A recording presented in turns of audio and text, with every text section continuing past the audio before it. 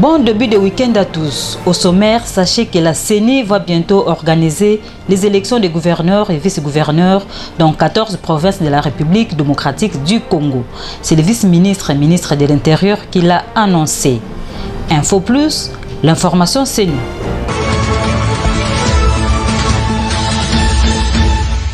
Conformément à la loi électorale, 14 provinces sont concernées par les élections des gouverneurs et vice-gouverneurs.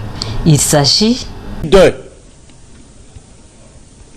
Bazouele, Olomami, Ituri, ça sera après l'état de siège, Kasaï central, Kasaï oriental, Kinshasa, là c'est le vice-gouverneur, Congo central, Kwango, vice-gouverneur également, Lomami, Maindombe, Maniema, Mongala, Tanganyika, Chopo. À la demande de son Excellence, Monsieur le Premier ministre, chef du gouvernement, un second rapport a été dressé et lui a été déposé, ainsi qu'à la haute hiérarchie du pays. Ce rapport contient, outre la liste sous-indiquée, les projets de budget relatifs à l'organisation des élections des gouverneurs et vice-gouverneurs des provinces concernées. La question du calendrier électoral étant subordonnée à la mise à la disposition par le gouvernement de la République de l'enveloppe budgétaire en faveur de la CENI. La CENI qui a déjà déposé son budget relativement à l'organisation des élections, budget déjà transmis. Désignation du remplaçant de Corneille Nangaa à la tête de la CENI ne laisse pas la population congolaise indifférente. Pour certains, il faudrait respecter la loi pour apaiser tous les esprits. Moi, je pense que, étant congolais, je ne suis pas du tout content pour le remplacement de Corneille Nangaa au nom de Denis Kadima. Donc il fait partie de la famille, c'est-à-dire ils sont d'une même province. Or, selon la loi de la CENI, ça interdit ça. Mais on ne sait plus quoi dire que les confessions religieuses fassent leur travail, tout simplement. L'impartialité, parce que, vous savez, si on continue à traîner, et les élections aussi vont traîner. Donc, tout celui qui sera comme président de la CENI, il sera le bienvenu. Si on trouve que celui-là est proche du président, qu'on lui mette un adjoint qui est en tout cas d'une autre obédience. C'est ça mon point de vue. Sinon, on ne va pas bloquer tout un pays comme ça. Ainsi, une plénière a été annoncée incessamment pour l'entérinement des animateurs de la centrale électorale.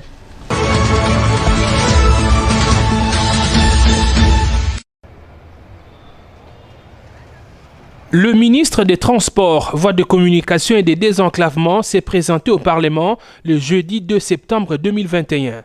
Accompagné de la ministre en charge des relations avec le Parlement Anne-Marie Karoumé, Chérubin Okende était entouré de son vice-ministre Marc Ekila et des mandataires responsables des entreprises sous sa tutelle. Devant la commission économique, financière et de la bonne gouvernance élargie de la Chambre haute du Parlement, Chérubin Okende a répondu aux préoccupations des sénateurs. Nous avions saisi cette occasion pour décliner tous les défis et toutes les difficultés qui parsèment le secteur des transports, voies de communication et des désenclavements. Nous avons parlé notamment des entreprises du portefeuille de l'État transformées en sociétés commerciales. Quelle est la nature de la tutelle qui les engage aujourd'hui face au ministère des Transports, Voies de communication et leur rapport qui doit être attendu de manière substantielle par le peuple congolais. La question des imprimés de valeur a aussi été abordée. Il souviendra à l'opinion que c'est depuis 2017 que nous n'avons pas de permis de conduire réguliers, légaux, en bonne et due forme. Tout ce qu'on essaie de vendre ça et là ne relève pas de la régularité et de la légalité. En accédant à ces fonctions, nous avons trouvé le processus qui était déjà avancé. Je venais de rassurer les honorables sénateurs que ce processus va arriver à terme très bientôt. Le ministre des Transports, Voies de Communication et des Désenclavements a également saisi l'occasion de son audition pour présenter aux sénateurs son programme d'action. Je peux déjà à ce stade dire merci aux sénateurs pour les observations très pertinentes qui nous ont été faites. Merci pour leur bonne disposition de pouvoir accompagner ce secteur si difficile mais si vital pour le développement de notre pays. C'est la deuxième fois que Chérubin Okende se présente au Sénat depuis sa prise de fonctions à la tête du ministère des Transports, Voies de Communication et des Désenclavements.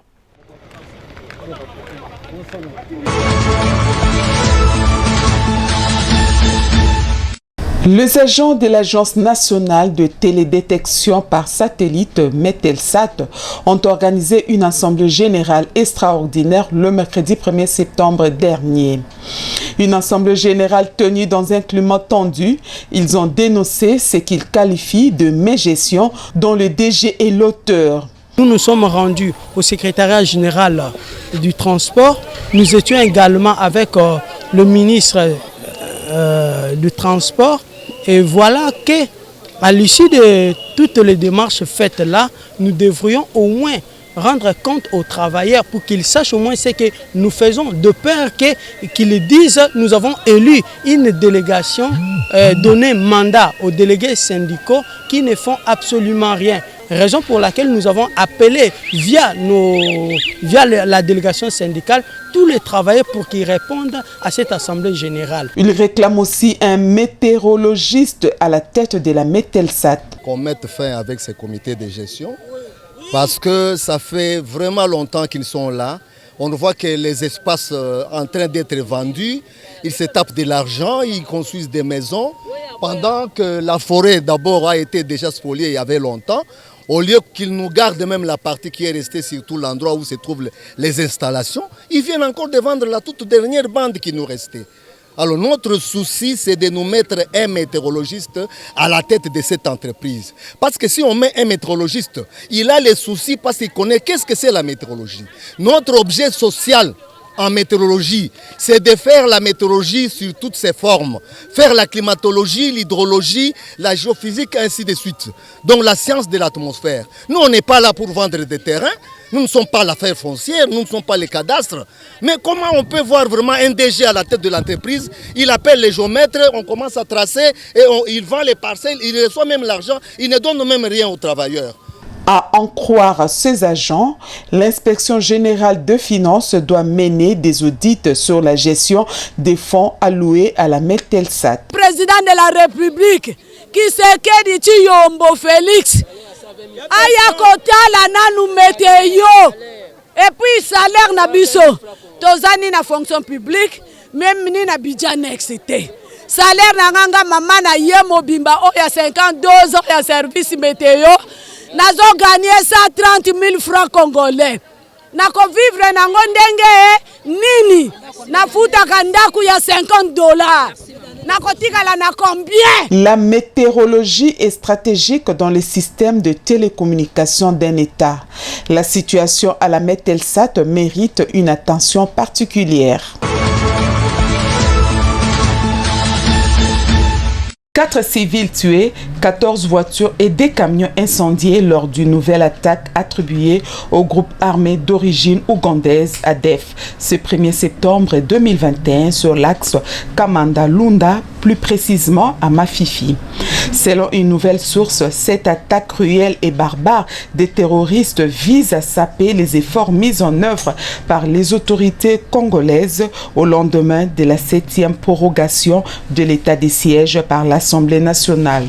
Signalons par ailleurs que l'attaque du mercredi 1er septembre 2021 est intervenue 2 semaines seulement après celle du 7 août 2021 au cours de laquelle 2 autres véhicules ont également été brûlés.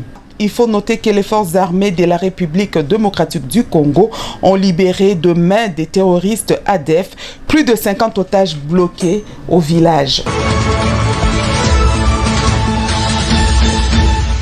Tout véhicule devrait être en règle avec la vignette exercice 2020 de ce mercredi 1er septembre, a déclaré la Direction générale de recettes de Kinshasa.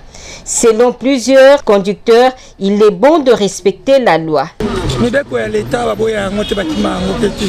C'est-à-dire que faut que Luka Kokokisa oyo l'État zosenga seul et sous-sol appartient à l'État. C'est-à-dire que mutumota ko le kaleta na makasi eza la futi te avant sa mutuka ina ndako.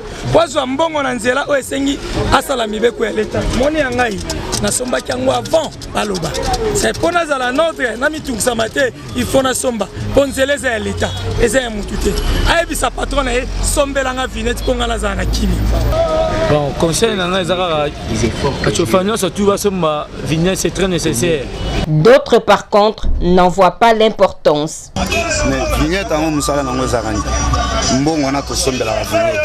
Et ça la canine nous sala na ngozani pour bonsa banzela et ça bon de c'est que on a banzela de baki mwenza baizo embouteillage par-ci par-là banzela les ambe mais quoi l'état avant bozo mukanu wana il faut boter la paramètres bazo aka mukanu te posa l'état avant zo mukanu faut ta la paramètres otali ba conditions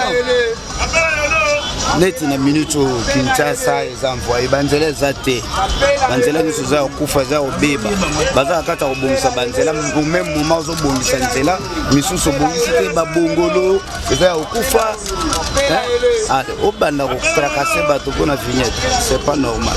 Notons que la vignette est une taxe imposable pour entretenir les routes.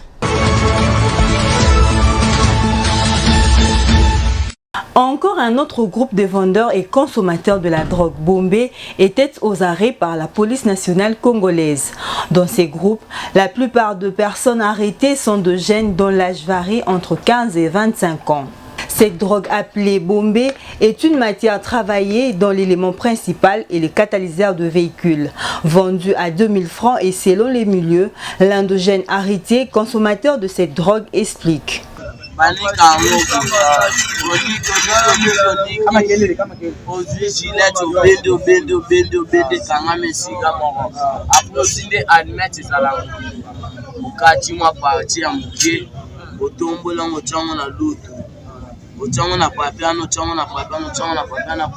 Obendi na zolo ekei akweta movanda mtozi shimboko melo kwa moyo kama mama bolole bantu kito na molongo bolole bantu kito ale tango bolole kita yo mo tango movanda ba mchapo mo Constituée des éléments chimiques toxiques, cette drogue, comme toutes les autres drogues, a un impact négatif sur la santé et sa consommation tue à petit feu, comme a laissé entendre un médecin de la place. Signalons que la traque de vendeurs aux consommateurs de cette drogue bombée continue étant donné que celle-ci détruit la jeunesse. Le souhait serait que le mécène soit mis hors état de nuire, comme le veulent les autorités du pays et la population congolaise en général. Après ça, on va à 2000.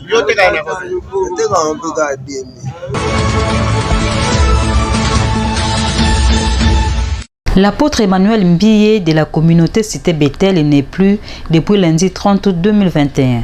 Cette disparition a fait réagir les pasteurs de l'église Les Rachetés du Christ dans la commune de Barumbu, pasteur Godé Mungengo, garde de bons souvenirs de l'illustre disparu. L'apôtre Mbiye, ça c'est un homme à saluer. On peut parler même d'un baoba aussi d'un patriarche, parce que déjà quand le mouvement charismatique a commencé, moi personnellement je l'ai connu comme frère. Quand il a commencé Bethel, c'était en 9e rue dans la parcelle de Weregemere, un ancien parlementaire du temps de Mobutu. C'est là que je l'ai connu, j'étais catholique, mais j'ai visité leur groupe de prière de temps en temps. Et c'est pas Bethel, quand ça commençait là, c'est là où j'ai vu pour ma première fois dans la vie chrétienne un sorcier témoigner de sa sorcellerie en public. Et j'ai vu des gens amener des armoires pleines de fétiches, plein de livres magiques et on brûlait ça.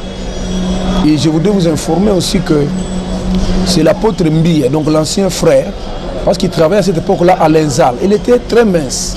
Je l'ai connu comme frère Emmanuel. Un homme charismatique, un homme puissant et un homme très véridique par rapport à la parole de Dieu. Donc je garde de lui de très bons souvenirs. J'ai béni Dieu aussi parce qu'il a aussi réussi dans son ministère. Pourquoi? Parce qu'il a quand même eu un successeur.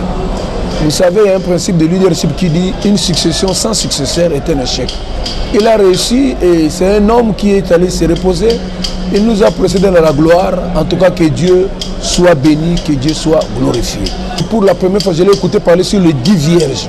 Je connaissais la famille à travers une sœur qui nous a amenés chez eux à Matete. Une famille charismatique et c'était un sanctuaire. Ils aimaient beaucoup chanter. J'ai le souvenir d'un chant, je crois que c'est lui qui l'a composé. C'est